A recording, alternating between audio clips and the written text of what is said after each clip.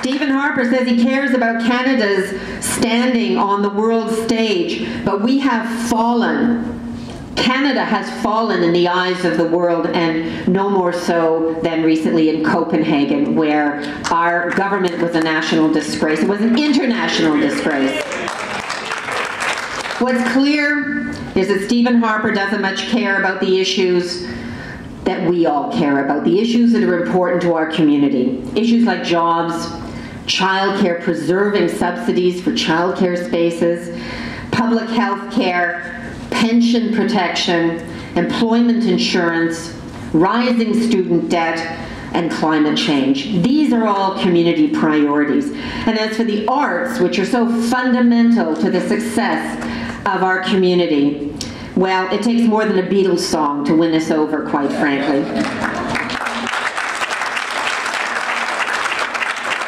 But Stephen Harper was right about one thing. He does get by with a little help from his friends. And you know who's been a really good friend to Stephen Harper?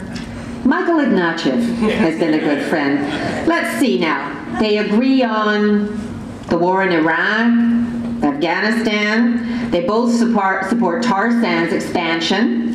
They both voted for big tax giveaways to profitable corporations, and neither wants to do anything meaningful on pensions or EI. Sounds like they've got a lot in common to me. What do you think? And on climate change, they really share the same viewpoint. On Bill C-311, our important Climate Change Accountability Act, it was held up by the Liberals and Conservatives acting in cahoots, and I'm sorry to say that my opponent, Gerard Kennedy, was a party to all of that. He voted in favor of a budget that severely weakened the public purse, and it pushed us further into structural deficit by supporting another round of useless tax cuts for corporations and banks that, thank you very much, are already very, very profitable. So to my opponent, I say, it takes more than just saying you're progressive. It takes being engaged in your community. It takes speaking up for your community. It takes substantive action, and sadly, we've not seen that in Parkdale High Park in recent months. Now, over the last year, I've worked closely with those most affected by the global economic crisis, those who, through no fault of their own, have been laid off, have run out of EI, who've gotten only precarious jobs, going from paycheck to paycheck, low-paid, part-time, those whose pensions have been threatened. These are the folks that I've been working with over the last year. I've negotiated agreements to help workers and companies try to keep their heads above water in the hope of a better tomorrow. I've pressed governments with concrete ways to create good quality jobs, improve EI, strengthen our pensions so that no senior lives in poverty. These are the things that I've been working on. I've also worked to create good green jobs for Canadians. And while attending meetings to prepare for the climate change talks in Copenhagen, these preparatory meetings were in Germany, I heard firsthand how other countries are fighting hard to keep these cutting-edge, high-tech green jobs. Sadly, in Copenhagen, I was one of the many Canadians who were deeply embarrassed and infuriated that our country was the most notorious environmental fossil, winning the Fossil Award again and again in Copenhagen. You know, my grandparents, like so many in our city, came to Canada for a better life. They rolled up their sleeves in good Canadian fashion and worked at whatever jobs they could get, domestic work, factory jobs, whatever they could find. My folks grew up right here in this neighborhood. They attended local schools, they worked in the area. When they wanted to see a film, when they could afford it, wasn't very often, they went to the Revue Cinema. And they danced as young people, as teenagers in the Palais Royal, right in this neighborhood. They and countless others built a society that did create jobs, that paid the taxes that built our social programs and created our advanced society. Like you, I will not stand by and let this government, with the acquiescence of Michael Ignatieff, undermine our future, undermine all our parents and grandparents have built in this country. We will not stand by and let that happen.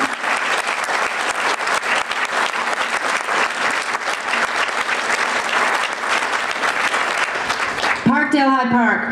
Let's continue to work together to help develop our economy once again with good jobs, environmentally friendly jobs, jobs that help build the kind of society we want to live in and pass on to future generations. Let's do that work together. Let's work together to create a new democracy where your MP really is the voice of the community, from the community, and where Parliament rises above partisan bickering to address pressing problems that we have as a nation.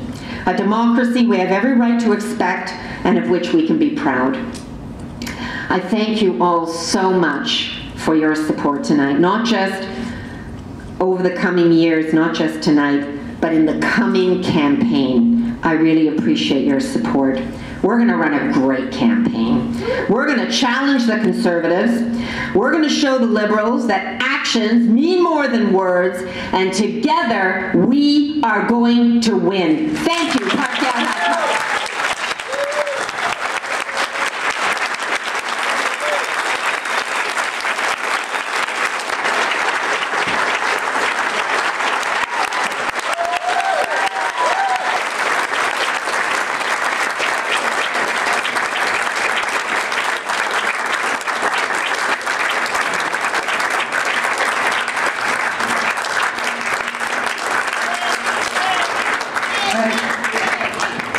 On that note, we need to get Peggy back in there. So we need volunteers. Please make sure you fill out your forms, sign up for a sign. Peggy will be going out and canvassing, doing all kinds of pre-election canvassing. It's important you fill out those forms. On another completely different note, but not about the same, is we have another by-election happening in this city. And we went into another woman to end up in Queen's Park to join Sherry and the gang. And that's Kathy Crow's campaign. And they are looking for volunteers. A week tonight, there will be another woman in Queen's Park. And that is and her campaign office is at 430 Parliament Street. Her phone number is 416-657-2531. And if you didn't write that down, which I'm sure you didn't, Danielle, please stand up. We'll sign you up right now to go out there and volunteer and hit the pavement so that we can get Kathy Crow in. So on that note, you will be hearing from us.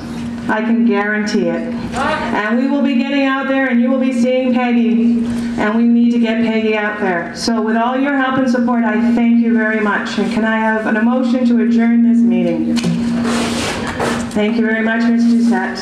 And we are done for this evening. Oh, I made one other mistake. Gord, thank you. I didn't thank you at the end. So then, thank you very much. Thank you very much.